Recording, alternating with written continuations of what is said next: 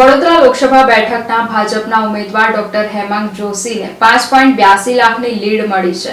શહેરમાં મળેલી જંગી લીડ બાદ તેઓએ લીડ જેટલી રાશિ રાજકોટ અગ્નિકાંડના મૃતકોના પરિવારજનોને સહાય રૂપે મળે તે માટે મુખ્યમંત્રી રાહત કોષમાં આપવાની જાહેરાત કરી હતી। સાથે તેમણે જેટલી લીડ હશે તેટલા જ વૃક્ષો રોપવાની પણ જાહેરાત કરી હતી। ત્યારે પોતાનું વચન નિભાવતા બુધવારે ડોક્ટર હેમાંગ જોશીએ વડોદરા જિલ્લા કલેક્ટરને 5.82 લાખનો ચેક રાજકોટના મૃતકોના પરિવાર માટે સુપ્રત કર્યો હતો।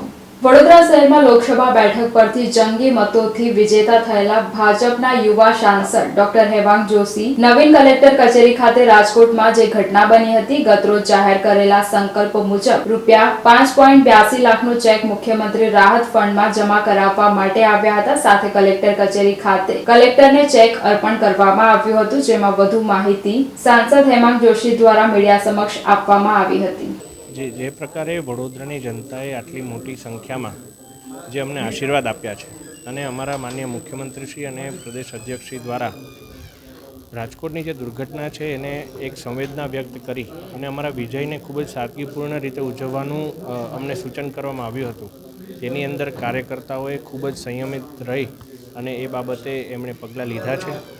ત્યારે આજે તમામ કાર્યકર્તાઓ સાથે ચર્ચા કરી અને અમે નિર્ણય લીધો કે રાજકોટની કરુણાંતિકાની અંદર જેટલા પણ મૃતકો આપણી વચ્ચે અત્યારે નથી રહ્યા તેની સાથે વડોદરા પણ ઊભું રહે એ પ્રકારે વડોદરાએ આપેલા આશીર્વાદ રૂપી 5,82,126નું યોગદાન મુખ્યમંત્રી રાહત નિધિમાં અમે લોકો આપવા જઈ રહ્યા છે અને હમણાં જ કલેક્ટરશ્રીને આ ચેક સુપરત કરેલ છે। નવનિર્વાચિત સાંસદશ્રીએ તેઓને જેટલી લીડ મળી છે તેટલી રકમનો એટલે કે રૂપિયા 5,82,126નો માન્ય મુખ્યમંત્રીશ્રીના રાહત ફંડમાં ચેક અર્પણ કરેલ છે અને રાજકોટની જે દુર્ઘટના બની એના અનુસંધાને એમને આ ચેક અર્પણ કરેલ છે અને એક જાહેર જીવનના વ્યક્તિ તરીકે એમને શ્રેષ્ઠ ઉદાહરણ પૂરું પાડેલું છે।